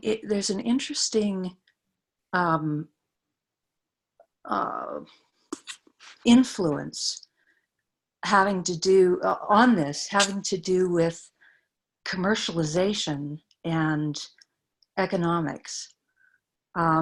If from the oil company execs that we've spoken to, who were and scientists in the oil companies that we've spoken to, who were interested in utilizing other technologies if they were available, found that from the history, EPA's choices on this since the Exxon Valdez, that the only technology that's ever been allowed to be used when a spill actually happens is dispersants, despite the fact that there are a couple hundred other products on the EPA's official National Contingency Plan list that have been approved.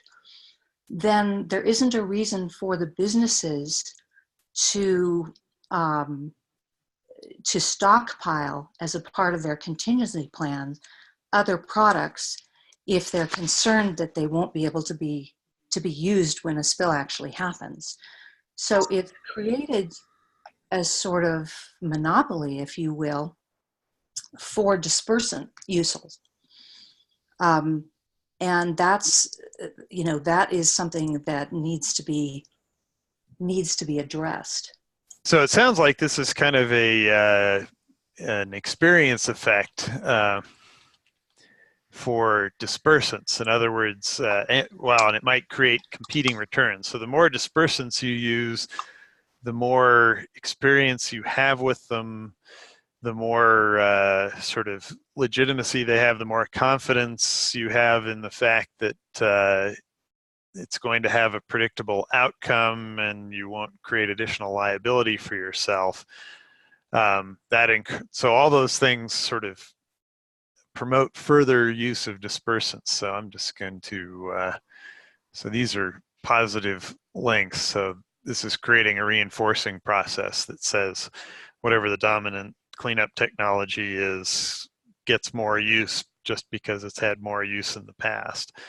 And you can imagine there are other aspects of that, economies of scale,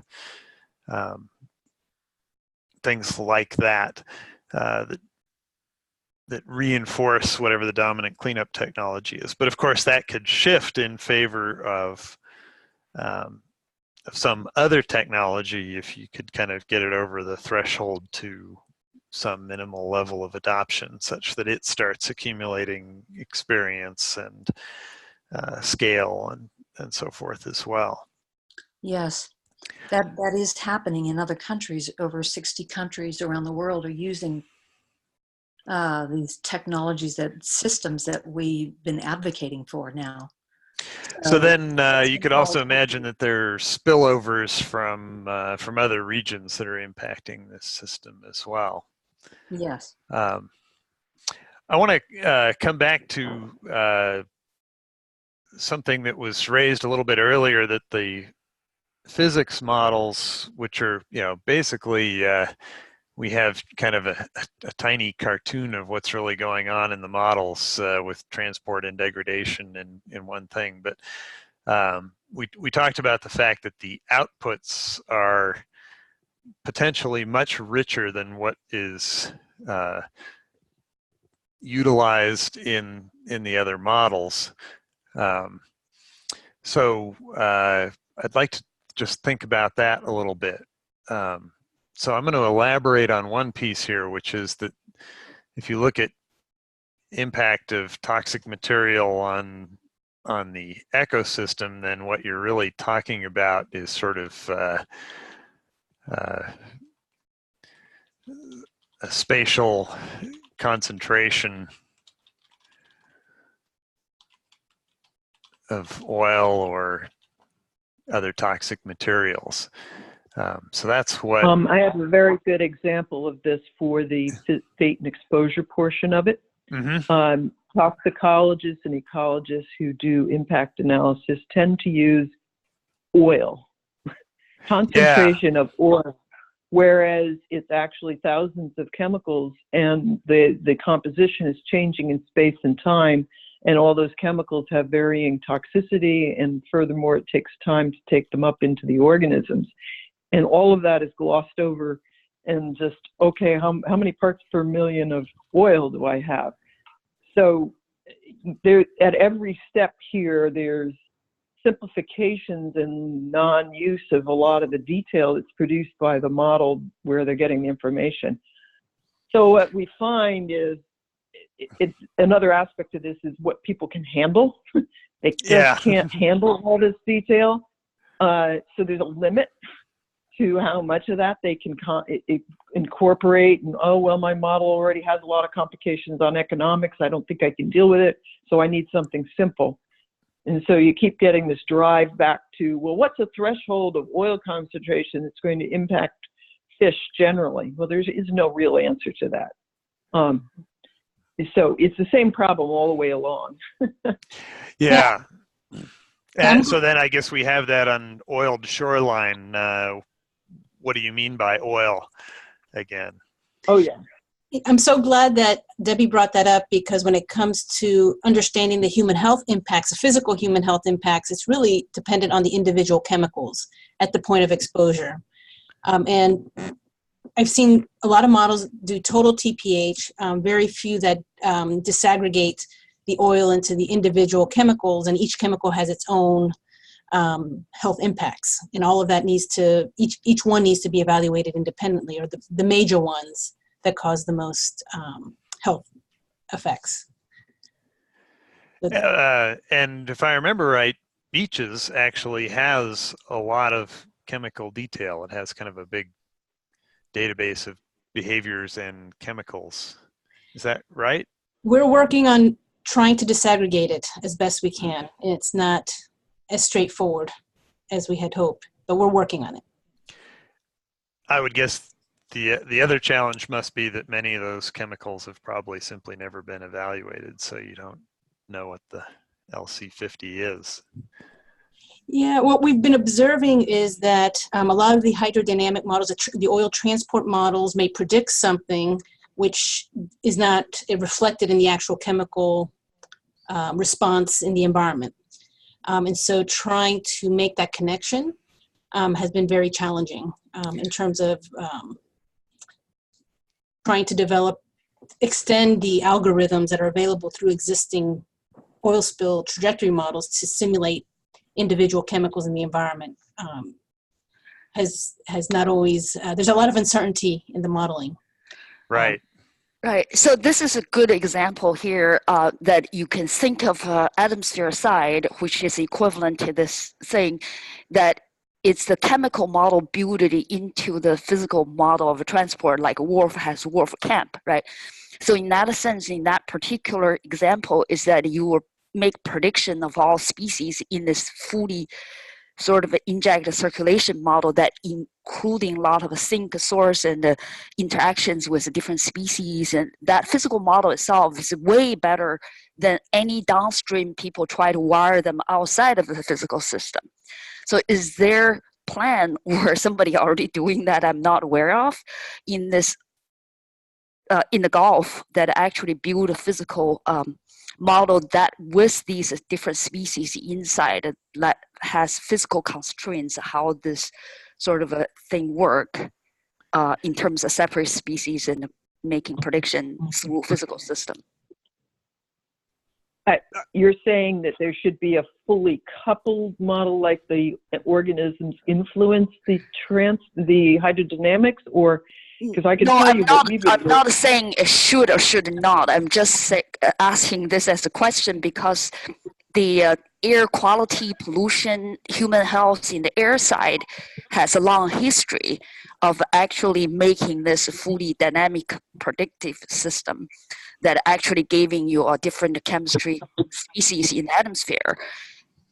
Is there a need for that here, right? So I've just heard that people saying that there's a lot of different components of a chemical species that should really be treated rather than just giving you the bulk oil. And then if that's the case, then seem to be a need for thinking this down that road to see if we can do better. Yeah, so what we do in our system is we track so-called pseudocomponents, which are groups of chemicals that have similar properties. And we track those through the oil fate model, the exposure of organisms, the toxicity model. We also calculate flux to the atmosphere, and we've not coupled in the sense of feedback, but we have input that data into models like SkiPuff and SkiChem to calculate atmospheric concentrations, to look at concentrations that are important for human health on an individual chemical basis, like benzene, toluene, and so on.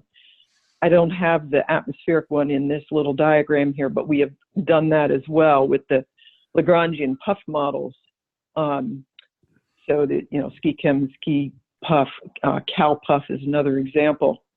And there's a paper in Marine Pollution Bulletin 2018 by Crowley et al. That I can provide that reference if you want, but it's a demonstration of that, looking at dispersant use, how that changes the concentrations in the water, and also how the flux to the atmosphere.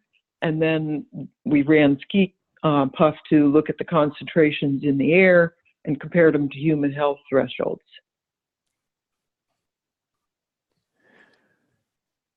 And then we had another example in the webinar Monday, which was in Xomeo, where the microbial genome is evolving in response to oil concentrations or constituent concentrations, and then that in turn influences transport. But I think that's not kind of universal. There are other examples, coming back to this, that are more like the red path here, where you have oil released into the environment, it enters the ecosystem, that influences the socioeconomic system, but you don't have full feedback where the fish and other species are consuming it and affecting the transport. Yeah, that's exactly what I was looking for, is this sort of a feedback loop that should really be interactive. So the physical system carry information much more up to date, especially when you deal with multi-time scales, that you have something to begin with very short time scales, then you got into this very long time scales, and then this information needs to be back to the physical system to really carry on with more dynamically constrained system. Mm-hmm. I had a somewhat naive question. The whole aspect of the other factors influence the actual physical behavior, I think, is really interesting. In terms of oil, does the oil itself affect the currents? Does it affect the actual movement of the overall bulk? I was just curious as to whether or not that was a significant, if the oil itself is enough. Yeah, it is. Oil definitely have impact on the physical system. In fact, oil is slick, right, compared to the water itself. So then in that sense, you actually going to have a very different turbulence behavior in the atmosphere ocean boundary layer that influences circulation itself. So there are various research products actually showing that to build that into the fully predictive system, it's not yet happening, just partially because of the one we were talking about, the computational things. But physically, we fully understand that has influence on how the so surface wave is generated. When you have oil, that surface wave generation is very different. That wind blow over oil versus blow over water. And that system is tested in research mode, but I don't believe that's actually in the, say, NOAA certainly have no current modeling capability to do that in their decision-making process, I don't believe. So the kind of the current practical strategy that presumably has some influence on policy is more of a assume no feedback between the oil and the hydrodynamics, and run the hydrodynamics, get the 3D vector field, plug that into the Lagrangian model to transport the oil around, and then integrate that with the ecosystems. What would it look like to integrate those things? Does it mean essentially adding additional state variables to the hydrodynamic models for oil? It would look very much like a much more complicated diagram than what you have there. Yeah. I agree that this happens and we should work towards it. But the reality is pretty much the models now are flowing in one direction. There's very little coupling going on, except for what we've just been hearing about from Shuey. And also there's coupled ice models, ocean models. And waves have been coupled in and so on. So, you know, it's starting, but it's at the front end. And as far as the rest of the system, we're really right at the beginning, in my view. And if you think about to couple the actual, to do this as a multi-phase fluid dynamics problem. And so in answer to your question, do we need new state variables? It would be yes, we do. And that, as people have been mentioning, does add to the computational burden. So at the moment, from a practical perspective, it doesn't lend itself to short-term response information. But it does have significant effect on the hydrodynamics. Mm-hmm. In the long run, does it get smeared out by uncertainties? So if you're thinking about kind of the generic future oil spill scenario, does it really not matter because kind of the external disturbances in Gulf circulation and so on are going to dominate the oil water hydrodynamic effects? I would say the final answer on that is not yet in. The plume can influence its own plume subsurface distribution. And so in that case, the potential is that where the oil actually goes has its own dynamics. Right. And influences the distribution. Now, as we've also heard, there's a lot of other uncertainty. Suppose the oil was perfectly passive. The models are not able to perfectly predict what's going to happen in the absence of any feedback from the oil. And so whether or not that uncertainty is more significant than the uncertainty associated with the new dynamics due to the oil, that I don't know the answer to that question yet. Interesting. Well, I'm mindful of time since it's 10 o'clock. I'd like to ask one more question, which hopefully will be quick, but I kind of doubt it, which is we have some examples here of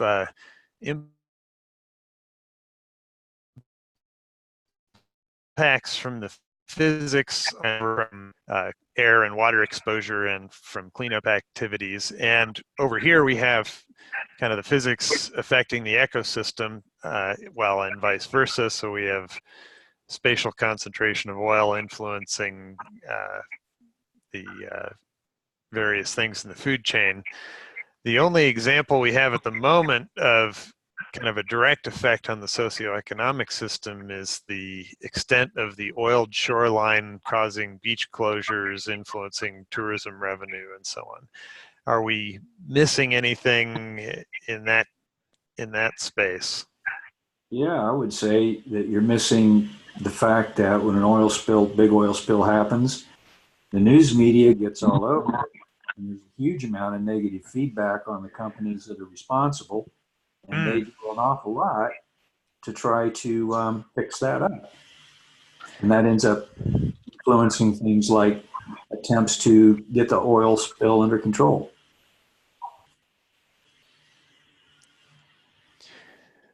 So that's one aspect. I guess that presumably has big effects on perceived safety and tourism more directly, even if the beaches aren't closed.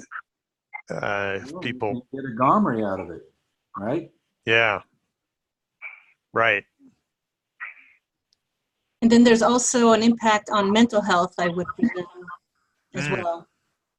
Fear and uncertainty and. Oops.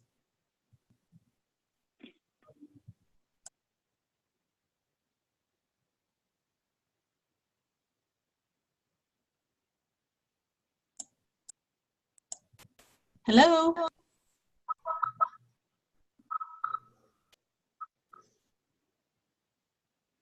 Sounds like we lost Tom.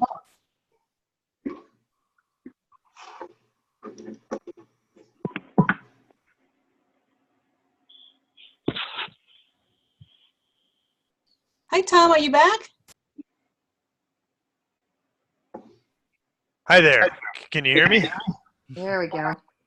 Yes. I'm not sure what happened. Suddenly, everybody was muted and a stray mouse click or something. Okay. So I've got the media frenzy effect here. I've lost a video. We lost the screen, Tom. Lost the screen. Okay, I'm not sure what happened. Let me see. Yeah, somehow Zoom just glitched on me there.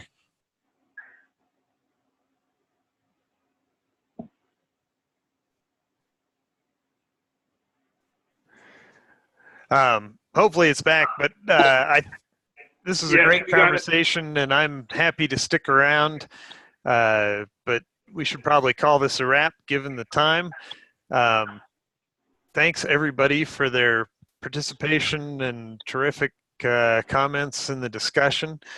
So what will happen next is there are a lot of thoughts that have come out verbally that are not reflected here yet. So I'll produce yet another version of this and maybe try the timescale separation or something in order to kind of generate a small number of simpler pictures.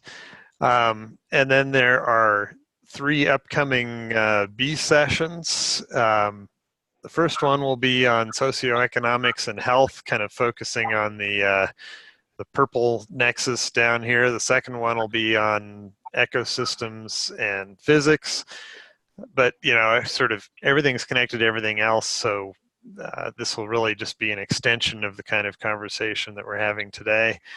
And then we'll finally present the big picture as we've seen it so far and talk about some implications and conclusions and discuss those in a third session focusing on the whole coupled system. So those will be coming up in the next 2 weeks. So thanks everybody. This was wonderful. Thank you. Yes, thanks very much, Tom. This was great. Tom, if you can hold on for a few minutes. Absolutely. I'm happy to stick around.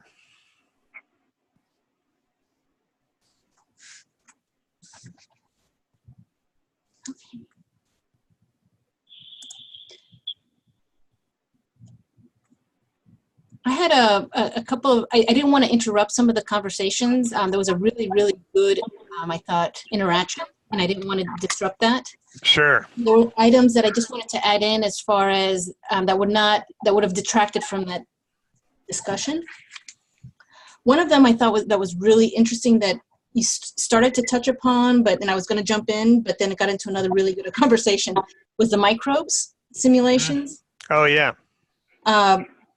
And the I'm not 100% familiar with the detail of, but if the microbes, I think he simulates the overall community of microbes, but within that community you have pathogens that cause disease in animals and in humans. And so that microbiological component should be extended to include infectious diseases. Oh, interesting. So this won't be pretty, but there's a link from the microbial community. Is it primarily offshore or near shore, or? Well, I guess it depends on where the organisms that get infected are. So if it's animals offshore, it could be offshore because they can infect offshore organisms. Humans tend to be onshore. So that's sort of, is the mechanism that you're creating sort of immune suppressed creatures who are then disease vectors?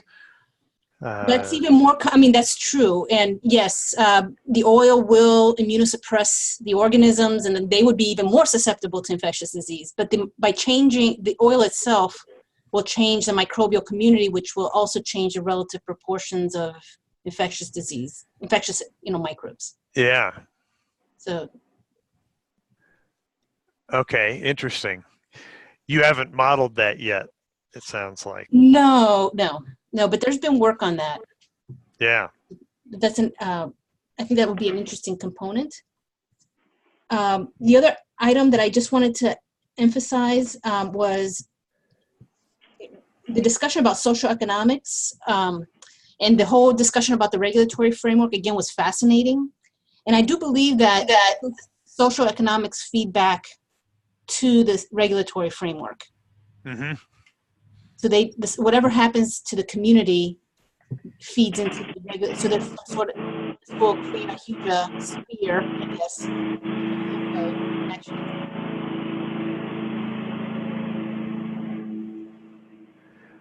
Yeah. So there's sort of community fate and perceptions of welfare effects are. But like, for example, the impact on income, the impact on tourism, the impact on migration, all of that, I think, will go back potentially indirectly to affect the regulatory framework. So it's essentially goes all the way back. Yeah.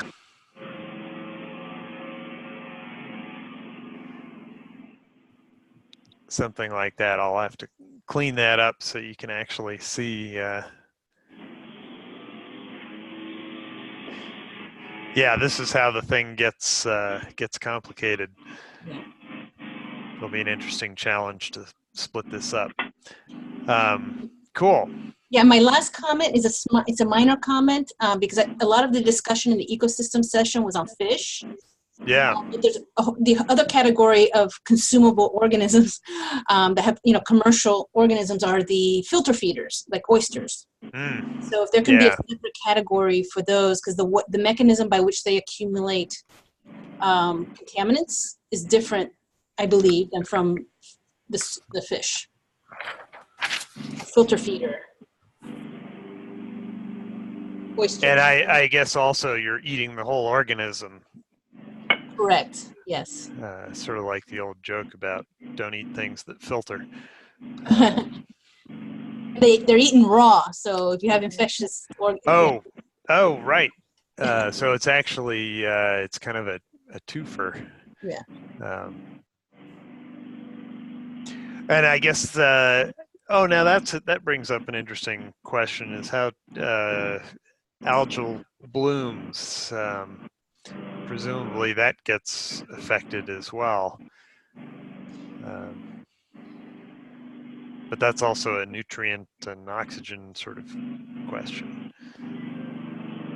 I would presume that they are. It is linked. I don't know if people have looked. I have not seen papers that have linked the algae blooms to oil, but it could very well be. Certainly, you're modifying the community of organisms out there in general. So, And also the chemistry as well. Yeah.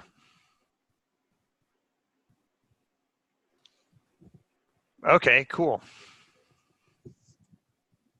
Could I, it's Cecilia here. I was wondering, thinking ahead, Tom, the question, there are two things I'm thinking about, and both have to do with how to go from this to a model we can use to test things with. You know, there's a lot of policy mitigation or basically policies you could imagine here, and you would ask, what if you did so and so, and you know, to mitigate the effects of an oil spill.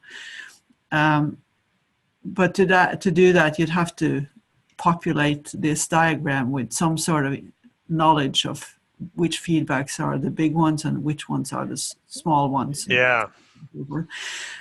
Now, of course, that's way beyond what we're doing right now. But is there any way, some middle way that we could do it anyway? Well, yeah, I mean, I always hate to kind of vote on the strength of feedbacks or things like that because it's just so unreliable. You're sort of substituting the mental model for the real thing.